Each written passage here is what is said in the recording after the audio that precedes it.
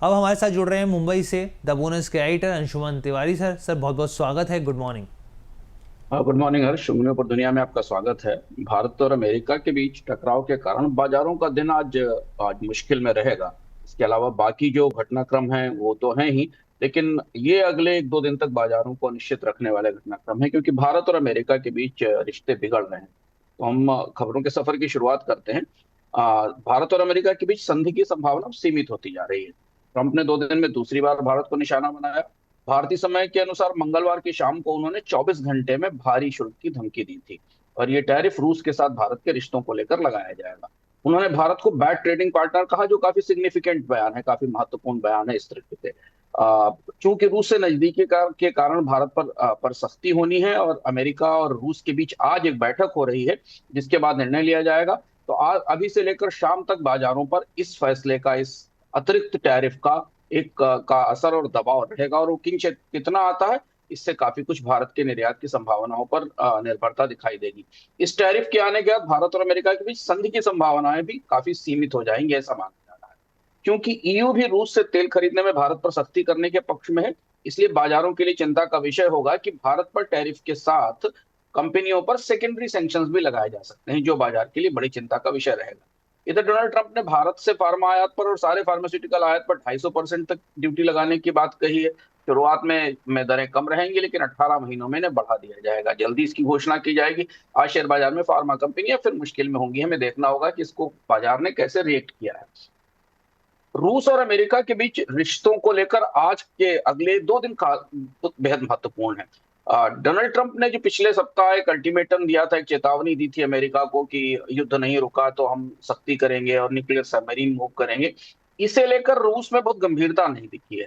रूस ने संघर्ष विराम की समय सीमा भी खारिज कर दी है, और ये कहा है कि वो यूक्रेन के 4 क्षेत्रों पर कब्जे का अपना लक्ष्य लेकर आगे बढ़ रहा है और हमले जारी रहेंगे।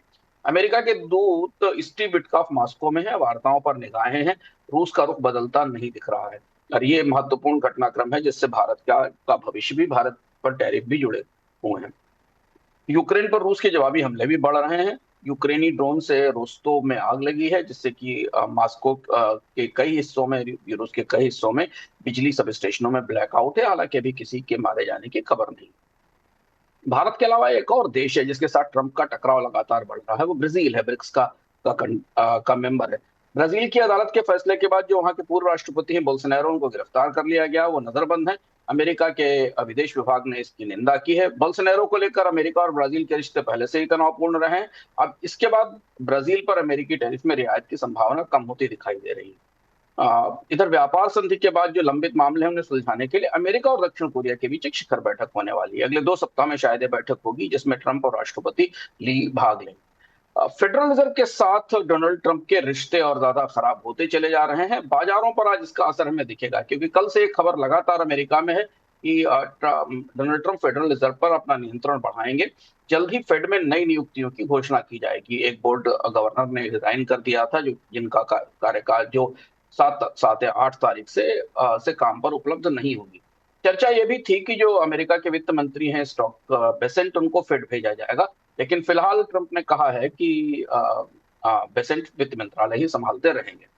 इधर इसराइल गाजा में युद्ध विराम और शांति की कोशिशें खत्म हो गई हैं। संकेत हैं कि इसराइल गाजा पर पूरे कब्जे की तैयारी कर रहा है। नेतन्याहू ने अपने सैन्य अधिकारियों से इस पर चर्चा भी शुरू की है।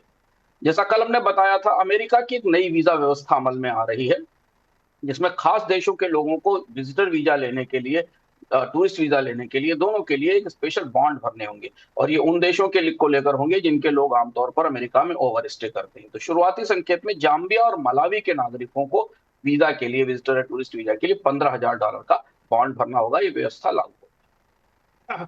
डोनाल्ड ट्रंप के लिए आर्थिक मोर्चे से ये खबर अच्छी है कि अमेरिका का व्यापार घाटा जून में करीब करीब $60.2 बिलियन पर आ गया है, जो 2 साल का सबसे निचला स्तर है।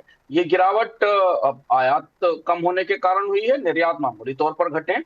चीन के साथ व्यापार घाटा 21 साल के न्यूनतम स्तर तक गिर गया है, और ये डोनाल्ड ट्रंप के टैरिफ का असर है, क्योंकि आयात टूट रहे हैं। चीन ने क्या किया है कि चीन अपने जो लो इनकम वाले स्टेट्स हैं, जो राज्य हैं, उनमें 15 मिलियन बच्चों की प्री स्कूल फीस माफ करने जा रहा है। काफी बड़ा अभियान है। ये उसी अभियान का हिस्सा है जिसके तहत चीन अपने यहाँ जन्म दर में बढ़ोतरी और खपत बढ़ाने की कोशिश कर रहा है। एक और दिलचस्प खबर यह है कि चीन और अमेरिका के बीच तनाव चाहे कितने ही चरम पर हो, 2025 में 36 के आसपास चीनी कंपनियां शेयर बाजार में सूचीबद्ध होने वाली हैं। 2024 में 64 कंपनियों ने शेयर बाजार में लिस्टिंग की थी। ऑस्ट्रेलिया के आंकड़े आए हैं, लगातार दूसरे महीने वहां घरेलू खर्च बढ़ा है, खुदरा मांग में उछाल है, मुद्रास्फीति कुछ कम हुई है। जापान में कल बॉन्ड ऑक्शन था, जैसे हमने बताया था, 10 साल की बॉन्ड डील चार सप्ताह के न्यूनतम स्तर पर है। जापान की सरकारी कमेटी ने देश में मिनिमम वेजेज या न्यूनतम वेतन दर 6% तक बढ़ाने की सिफारिश की है। कमोडिटी बाजार में क्रूड अब स्थिर और मजबूत दिख रहा है। ओपेक प्लस के फैसले के बाद क्रूड में जो गिरावट दिखी थी वो थमती दिखाई दे रही। करीब $68 पर बैरल के आसपास ब्रेंट है और $65 के आसपास WTI मेंटेन कर रहा है। दरअसल यहाँ जो सबसे महत्वपूर्ण अनिश्चितता है वो ये है कि भारत और रूस के तेल रिश्तों का क्या होगा टैरिफ के बाद। क्योंकि अगर वो टैरिफ आते हैं और भारत को दूसरे बाजारों की तरफ देखना होगा तो उससे अंतर्राष्ट्रीय तेल आपूर्ति पर असर पड़ेगा, क्योंकि भारत दूसरा सबसे बड़ा क्रूड ऑयल बायर है। बाजार अभी मांग की संभावना से को लेकर थोड़ा अनिश्चितता में है। चीन में मांग फिर बढ़ी है, इसलिए आयरन ऊर की कीमतों में तेजी दिखाई दे रही है। अमेरिका में नेचुरल गैस की कीमत 4.5% तक गिर गई है। इन्वेंट्रीज काफी ऊंची है। सोने और चांदी की कीमतों में स्थिरता दिखाई दे रही है। विदेशी मुद्रा बाजार में दूसरा एक घटनाक्रम था कि डॉलर में थोड़ी मजबूती दिखाई दी, स्थिरता दिखाई दी, क्योंकि अमेरिका का व्यापार घाटा कम हुआ है, इसलिए डॉलर इंडेक्स 99 अंकों से नीचे है, 98 और 99 अंकों के पास है। फेडरल रिजर्व की नियुक्तियों का इंतजार हो रहा है, उसके बाद अमेरिका की नीति का असर विदेशी मुद्रा बाजार पर दिखाई देगा। रुपया करीब 87-88 डॉलर पर है, दबाव में है। डॉलर और मजबूत हुआ तो दबाव बढ़ेगा। आज रिजर्व बैंक की मॉनेटरी पॉलिसी की समीक्षा है, वहां से डॉलर को लेकर क्या संकेत आते हैं, इसका भी असर में विदेशी मुद्रा बाजार पर दिखाई देगा। जापानी येन में थोड़ी गिरावट दिख रही है और यूरो और जीबीपी पाउंड जो है वो स्थिर दिखाई दे रहे हैं। क्रिप्टो बाजार में दो महत्वपूर्ण घटनाक्रम है। अमेरिकी कमोडिटी रेगुलेटर CFTC ने रजिस्टर्ड एक्सचेंजों के लिए स्पॉट क्रिप्टो ट्रेडिंग की मंजूरी दे दी है। हमने आपको बताया था कि पिछले सप्ताह व्हाइट हाउस से पूरी क्रिप्टो पॉलिसी पेपर आया था जिसमें रेगुलेटर्स से फैसले करने के लिए कहा गया था।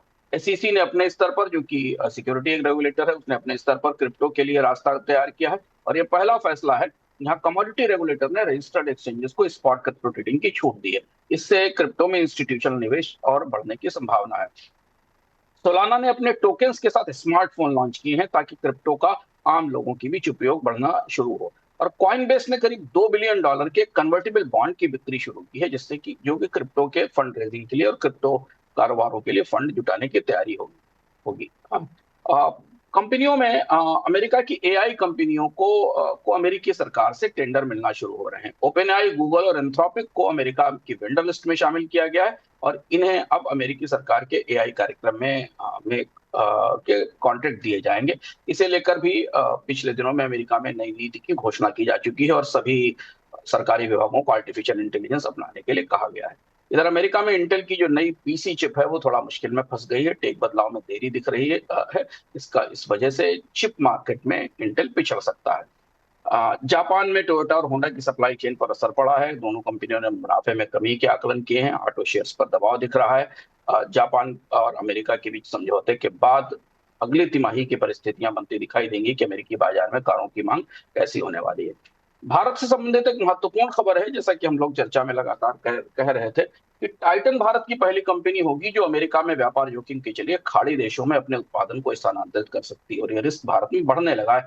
अगर अमेरिका के साथ संधि नहीं होती है तो भारतीय कंपनियां बेहतर टैरिफ का फायदा लेने के लिए, कम टैरिफ का फायदा लेने के लिए अलग अलग भूगोलों में जाना शुरू करेंगी। इस तरह का संकेत है कि टाइटन गल्फ में जाकर कोई उत्पादन फैसिलिटी लगा सकती है, क्योंकि अमेरिकी टैरिफ से जेम्स ज्वेलरी एक्सपोर्ट पर सबसे ज्यादा असर पड़ने वाला है।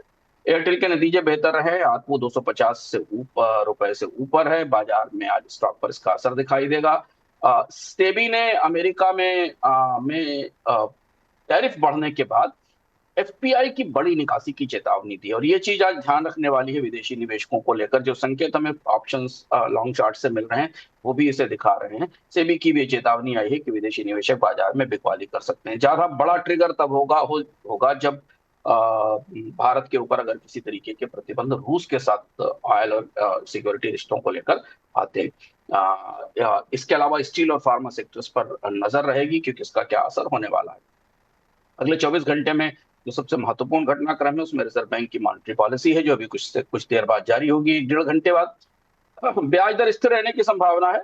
आरबीआई अगर सरप्राइज देना चाहेगा तो 25 बेसिस पॉइंट का सरप्राइज दे सकता है, लेकिन ऐसा लगता है कि क्योंकि एक 100 बेसिस पॉइंट तक की कटौती हो चुकी है और बैंकों को अभी उसे पास ऑन करना है, इसके अलावा क्रेडिट की डिमांड कमजोर है, तो इसलिए हो सकता है आरबीआई इस न्यूट्रल स्टांस के साथ अभी यथास्थिति बरकरार रखे।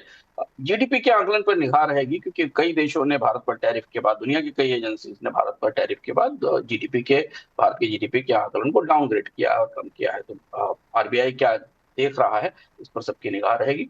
फार्मास्यूटिकल पर जो टैरिफ को लेकर ट्रंप ने कल नए संकेत दिए हैं, नई घोषणा की है, उसका असर आज फार्मा स्टॉक्स पर दिख सकता है। सबसे महत्वपूर्ण है कि अमेरिका और रूस के बीच जो मॉस्को में वार्ता चल रही है उस पर निगाह रखनी होगी, क्योंकि इसके असफल होने के बाद अमेरिका और ईयू भारत और चीन पर रूस से रिश्तों को लेकर सख्ती का ऐलान कर सकते हैं। तो ये था आज का उंगलियों का दुनिया, पूरी दुनिया का राउंड अप। हम वापस चलते हैं नोएडा स्टूडियो हर्ष के पास। सर बहुत बहुत धन्यवाद तमाम खबरों का विश्लेषण करने के लिए।